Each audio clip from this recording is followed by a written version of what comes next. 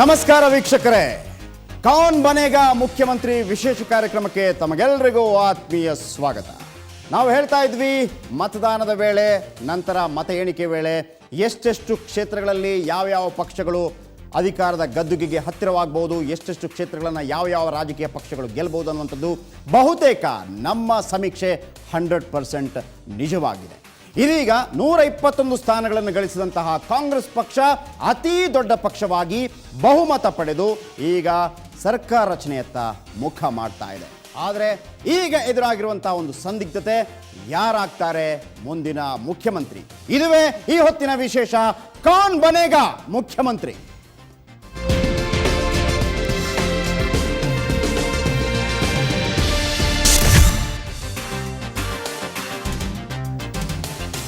ನಾಳೆ ಕಾಂಗ್ರೆಸ್ನ ಶಾಸಕಾಂಗ ಪಕ್ಷದ ಸಭೆ ಕರೆಯಲಾಗಿದೆ. ಕೆಪಿಸಿಸಿ ಅಧ್ಯಕ್ಷರಾಗಿರುವವರು ಜಿ ಪರಮೇಶ್ವರ್ ಅವರು ಕೊರಟಗೆರೆಯಲ್ಲಿ ಸ್ವತಃ ಸೋತಿದ್ದಾರೆ.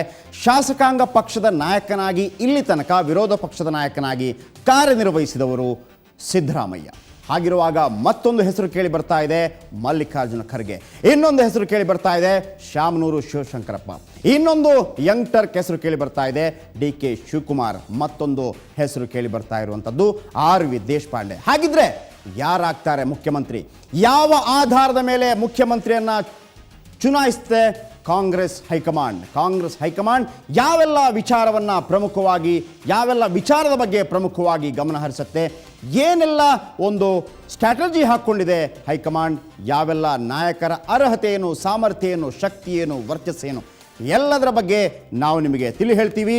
ಇದೇ ಈ ಹೊತ್ತಿನ ವಿಶೇಷ, ಕೌನ್ ಬನೇಗಾ ಮುಖ್ಯಮಂತ್ರಿ. ಮೊದಲಿಗೆ RV ದೇಶಪಾಂಡೆ. RV ದೇಶಪಾಂಡೆ ಕೌನ್ ಬನೇಗಾ ಮುಖ್ಯಮಂತ್ರಿ ರೇಸಲ್ಲಿರುವಂತಹ ಅಭ್ಯರ್ಥಿ RV ದೇಶಪಾಂಡೆ ಹಳಿಯಾಳದಿಂದ ಈ ಬಾರಿ ಗೆದ್ದು ಬಂದಿದ್ದಾರೆ. ಮೊದಲಿಗೆ ಅಂದರೆ ಜಿ ಪರಮೇಶ್ವರ್ ಅವರಿಗಿಂತ ಮೊದಲು ಅವರು ಕೆಪಿಸಿಸಿ ಅಧ್ಯಕ್ಷರಾಗಿದ್ದರು. ಇವರ ಅರ್ಹತೆ ಏನು ಅನ್ನುವಂಥದ್ದು, ಕಳೆದ 35 ವರ್ಷಗಳ ಅವರ ರಾಜಕೀಯ ಇತಿಹಾಸದಲ್ಲಿ ವಿವಿಧ ಖಾತೆಗಳಲ್ಲಿ ಸಚಿವರಾಗಿ ಕಾರ್ಯನಿರ್ವಹಿಸಿದವರು. ವಿಶೇಷವಾಗಿ ನೀವು ಗಮನಿಸಬೇಕು ಅಂತಂದರೆ, ಕಳೆದ ಬಾರಿ ಅಂದರೆ ಯಾವಾಗ BJP ಗವರ್ಮೆಂಟ್ ಅಧಿಕಾರಕ್ಕೆ ಬಂತೋ ಆ ಸಂದರ್ಭದಲ್ಲಿ ಮಾತ್ರ ಅವರು ಸಚಿವರಾಗಿ ಕಾರ್ಯನಿರ್ವಹಿಸಿಲ್ಲ. ಉಳಿದ ಎಲ್ಲ ಸಮಯದಲ್ಲೂ ಕೂಡ ಅವರು ಬೇರೆ ಬೇರೆ ಖಾತೆಗಳಲ್ಲಿ, ವಿಶೇಷವಾಗಿ ಭಾರಿ ಕೈಗಾರಿಕೆ ಖಾತೆಯಲ್ಲಿ ಸಚಿವರಾಗಿ ಕಾರ್ಯನಿರ್ವಹಿಸಿದವರು. ಇದು RV ದೇಶಪಾಂಡೆ ಅವರ ಅರ್ಹತೆ ನಂಬರ್ 1. ಇನ್ನೊಂದು ಅರ್ಹತೆ ಸಾಮರ್ಥ್ಯದ ವಿಚಾರ ಬಂದಾಗ ಸಂಕಷ್ಟ ಕಾಲದಲ್ಲಿ ಪಕ್ಷವನ್ನು ಮುನ್ನಡೆಸಿದ್ದವರು. ಅಂದರೆ ನಾನು ಹೇಳಿದೆ, ಯಾವಾಗ ಅಂದರೆ 2.5 ವರ್ಷಗಳಿಗಿಂತ ಮೊದಲು ಜಿ ಪರಮೇಶ್ವರ್ ಅವರು ಕೆಪಿಸಿಸಿ ಅಧ್ಯಕ್ಷಗಿರಿಯನ್ನು ವಹಿಸಿಕೊಳ್ಳುವುದಕ್ಕಿಂತ ಮೊದಲು RV ದೇಶಪಾಂಡೆ ಕೆಪಿಸಿಸಿ ಅಧ್ಯಕ್ಷರಾಗಿದ್ದರು. ಅವರದೇ ಸಂದರ್ಭದಲ್ಲಿ, ಅವರ ನೇತೃತ್ವದ ಸಂದರ್ಭದಲ್ಲಿ ಬಳ್ಳಾರಿ ತನಕ ಒಂದು ಪಾದಯಾತ್ರೆ, ಬೆಂಗಳೂರಿನಿಂದ ಬಳ್ಳಾರಿ ತನಕ 320 ಕಿಲೋಮೀಟರ್ ಪಾದಯಾತ್ರೆಯನ್ನು ನಡೆಸಲಾಯಿತು. ಒಂದು ರೀತಿಯಲ್ಲಿ ಉತ್ತಮವಾದಂಥ ಪ್ರತಿಕ್ರಿಯೆ ಇಡೀ ರಾಜ್ಯಾದ್ಯಂತ ವ್ಯಕ್ತವಾಗಿತ್ತು. ಆಗ ಕೆಪಿಸಿಸಿ ಅಧ್ಯಕ್ಷರಾಗಿದ್ದವರು ಇದೇ ಸ್ವತಃ RV ದೇಶಪಾಂಡೆ. ಅವರು ಕೂಡ ಬೆಂಗಳೂರಿನಿಂದ ಬಳ್ಳಾರಿ ತನಕ 320 ಕಿಲೋಮೀಟರ್ ಪಾದಯಾತ್ರೆಯನ್ನು ಕ್ರಮಿಸಿದ್ರು.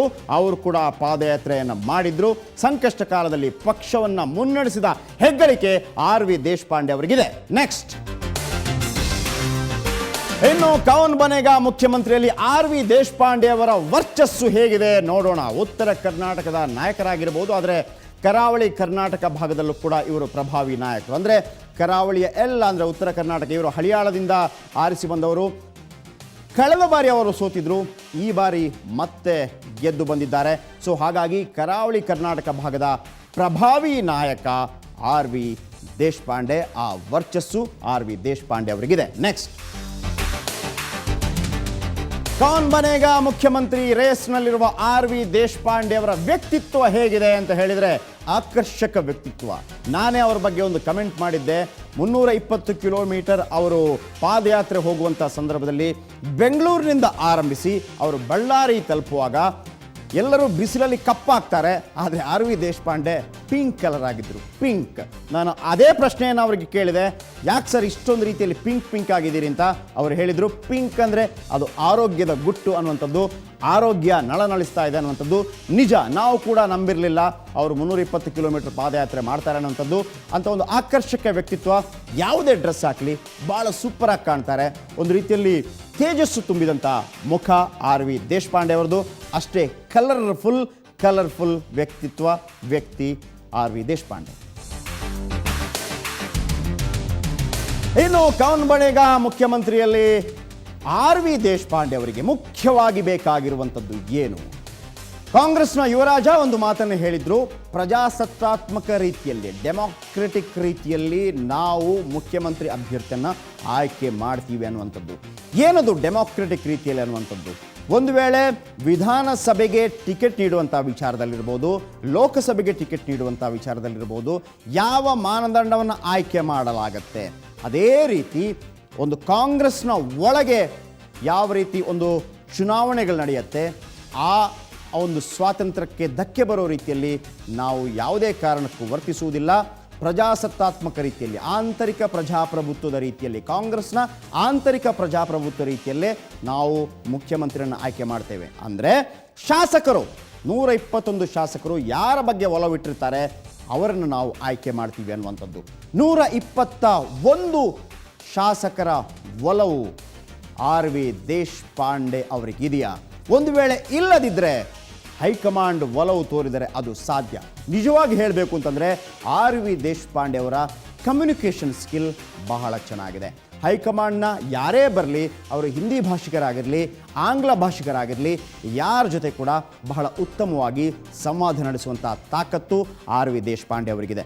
ಜೊತೆಗೆ ರಾಯಭಾರಿಗಳು, ಬೇರೆ ಬೇರೆ ದೇಶದ ರಾಯಭಾರಿಗಳು ಬಂದಾಗಲೂ ಕೂಡ ಅವರ ಜೊತೆ ಆಂಗ್ಲ ಭಾಷೆಯಲ್ಲಿ ವ್ಯವಹರಿಸುವಂಥ ಜಾಣ್ಮೆ ಆರ್ ವಿ ದೇಶಪಾಂಡೆ ಅವರಿಗಿದೆ. ಭಾರೀ ಕೈಗಾರಿಕಾ ಸಚಿವರಾಗಿ ಅದನ್ನು ಅವರು ತೋರಿಸಿಕೊಟ್ಟಿದ್ದಾರೆ ಕೂಡ. ನೆಕ್ಸ್ಟ್, ಕೌನ್ ಬನೇಗಾ ಮುಖ್ಯಮಂತ್ರಿಯಲ್ಲಿ ಆರ್ ವಿ ದೇಶಪಾಂಡೆ ಅವರ ಪಕ್ಷದ ಬಗ್ಗೆ ನಿಷ್ಠೆ ಅನ್ನು ಕೇಳೋದಿದ್ರೆ ಆರ್ ವಿ ದೇಶಪಾಂಡೆ ಅವರು ವಲಸಿಗರು. ರಾಮಕೃಷ್ಣ ಹೆಗಡೆ ಅವರ ಕಟ್ಟ ಅಭಿಮಾನಿ. ರಾಮಕೃಷ್ಣ ಹೆಗಡೆ ಅವರ ವ್ಯಕ್ತಿತ್ವವನ್ನು, ಆಕರ್ಷಕ ವ್ಯಕ್ತಿತ್ವದ ಬಗ್ಗೆ ಪದೇ ಅವರು ಹೇಳ್ತಾ ಇರ್ತಾರೆ. ಸೊ ಒಂದು ಕಾಲದಲ್ಲಿ ರಾಮಕೃಷ್ಣ ಹೆಗಡೆಯವರ ದೊಡ್ಡ ಫಾಲೋವರ್, ನಂತರ ಜನತಾ ಪರಿವಾರದಲ್ಲಿ ಕೂಡ ಸಚಿವರಾಗಿ ಕಾರ್ಯನಿರ್ವಹಿಸಿದ್ದರು. ಆದರೆ ವಲಸಿಗರಾಗಿದ್ದರೂ ಕೂಡ ಕಾಂಗ್ರೆಸ್ ಸಂಸ್ಕೃತಿಗೆ ಅವರು ಒಗ್ಗಿಕೊಂಡಿದ್ದಾರೆ. ಅದೇ ಕಾರಣಕ್ಕಾಗಿ ಅವರಿಗೆ KPCC ಅಧ್ಯಕ್ಷ ಸ್ಥಾನ ಕೂಡ ಸಿಕ್ಕಿತ್ತು. ಅದನ್ನು ಅವರು ಸಮರ್ಥವಾಗಿ ನಿಭಾಯಿಸಿದರು ಕೂಡ. ಸೊ ಹಾಗಾಗಿ ಪಕ್ಷದ ಬಗ್ಗೆ ನಿಷ್ಠೆ ಬರುವಾಗ ಒಂದು ವಿಚಾರ ಇಲ್ಲಿ ಗಮನ ಹರಿಸಲೇಬೇಕು. ಅವರು ವಲಸಿಗರು ಅಂತ ಆಗಿರ್ಬೋದು, ಆದರೆ ಅದು ಈಗ ಅಳಿಸಿ ಹೋಗುವಂಥ ಸಮಯ ಖಂಡಿತವಾಗಲೂ ಬಂದಿದೆ. ನೆಕ್ಸ್ಟ್,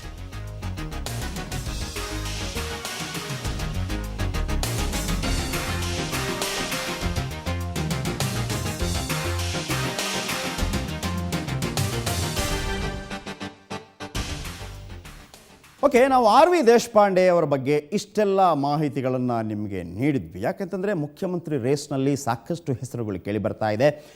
ಹೈಕಮಾಂಡ್ ಯಾವ ವಿಚಾರವನ್ನು ಮುಂದಿಟ್ಕೊಳ್ಬೋದು, ಒಂದು ಸ್ಕ್ರೀನಿಂಗ್ ಏನಿರುತ್ತೆ ಓರ್ವ ವ್ಯಕ್ತಿಯ ಬಗ್ಗೆ, ಓರ್ವ ನಾಯಕನ ಬಗ್ಗೆ, ಮುಖ್ಯಮಂತ್ರಿ ಆಗಬೇಕೋ ಬೇಡವೋ, ಯಾಕೆ ಬೇಡ, ಯಾಕೆ ಬೇಕು, ಎಲ್ಲರನ್ನ ಸರಿದೂಗಿಸ್ಕೊಂಡು ಹೋಗೋದಕ್ಕೆ ಸಾಧ್ಯ ಇದೆಯಾ? ಕಾಂಗ್ರೆಸ್ಗೆ ಬಹಳ ಮುಖ್ಯವಾಗಿರುವಂಥದ್ದು ಮುಂದೆ 1 ವರ್ಷದಲ್ಲಿ ಬರುವಂಥ ಲೋಕಸಭಾ ಚುನಾವಣೆ. ಆ ಚುನಾವಣೆ ಸಂದರ್ಭದಲ್ಲಿ ಕರ್ನಾಟಕದಿಂದ 28 ಕ್ಷೇತ್ರಗಳ ಪೈಕಿ ಹೆಚ್ಚು ಕ್ಷೇತ್ರಗಳನ್ನು ಯಾರು ಗೆದ್ದುಕೊಡ್ತಾರೆ, MP ಸೀಟ್ಗಳನ್ನು ಯಾರು ಗೆದ್ದುಕೊಡ್ತಾರೆ ಅನ್ನುವಂಥದ್ದು ಇದು ಕೂಡ ಬಹಳ ಪ್ರಮುಖವಾಗಿರುವಂಥದ್ದು. ಒಟ್ಟಾರೆಯಾಗಿ ಆರ್ ವಿ ದೇಶಪಾಂಡೆ ಅವರ ಬಗ್ಗೆ ಒಂದು ಸ್ಥೂಲ ಚಿತ್ರಣವನ್ನು ನೀವು ನೋಡಿದ್ರಿ. ಈಗ ಸ್ವತಃ ಆರ್ ವಿ ದೇಶಪಾಂಡೆ ಅವರು ಏನು ಹೇಳ್ತಾರೆ ಕೌನ್ ಬನೇಗಾ ಮುಖ್ಯಮಂತ್ರಿ ರೇಸ್ನ ಬಗ್ಗೆ ಬನ್ನಿ ಕೇಳೋಣ. 40 ವರ್ಷದ ರಾಜಕೀಯ ಜೀವನ ನನ್ನ ಹಿಂದಿದೆ. 1971 ಇಸ್ವಿಯಲ್ಲಿ ನಾನು ಯುವ ಕಾಂಗ್ರೆಸ್ ಅಧ್ಯಕ್ಷ ಇದ್ದೆ. ಹಾಗಾಗಿ ಮುಖ್ಯಮಂತ್ರಿ ಆಗಬೇಕಂತ ಅಭಿಲೇಷೆ ಅದನ್ನು ಆಂಬಿಷನ್ ಇಟ್ಟರೆ ನನಗೇನು ತಪ್ಪು ಕಾಣಿಸೋದಿಲ್ಲ. ಆದರೆ ಮುಖ್ಯಮಂತ್ರಿ ಯಾರಾಗಬೇಕು ಇದರ ಜವಾಬ್ದಾರಿ ಶಾಸಕ ಪಕ್ಷ ಮೇಲಿದೆ, ನಮ್ಮ ನಾಯಕಿ ಸೋನಿಯಾ ಗಾಂಧಿ ಮೇಲಿದೆ.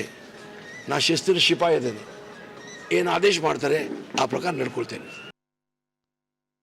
ಓಕೆ, ಆರ್ ವಿ ದೇಶಪಾಂಡೆ ಅವರ ವ್ಯಕ್ತಿತ್ವ ಬಗ್ಗೆ, ಅವರ ರೇಸ್ ಬಗ್ಗೆ ನೋಡಿದರೆ ಕೌನ್ ಬನೇಗ ಮುಖ್ಯಮಂತ್ರಿಯಲ್ಲಿ ಈಗ ಒಂದು ಬ್ರೇಕ್ ತಗೊಳ್ಳೋಣ. ಬ್ರೇಕ್ ಆದ ತಕ್ಷಣ ಕೌನ್ ಬನೇಗ ಮುಖ್ಯಮಂತ್ರಿಯಲ್ಲಿರುವಂತಹ ಎರಡನೇ ಆಟಗಾರ ಯಾರಿದ್ದಾರೆ ಅಂತಂದರೆ ಅದು ಡಿ ಕೆ ಶಿವಕುಮಾರ್. ಕನಕಪುರದಿಂದ ಗೆದ್ದಿರುವಂಥ ಡಿ ಕೆ ಶಿವಕುಮಾರ್ ಅವರ ಬಗ್ಗೆ ನೋಡೋಣ ಒಂದು ಬ್ರೇಕ್ ನಂತರ.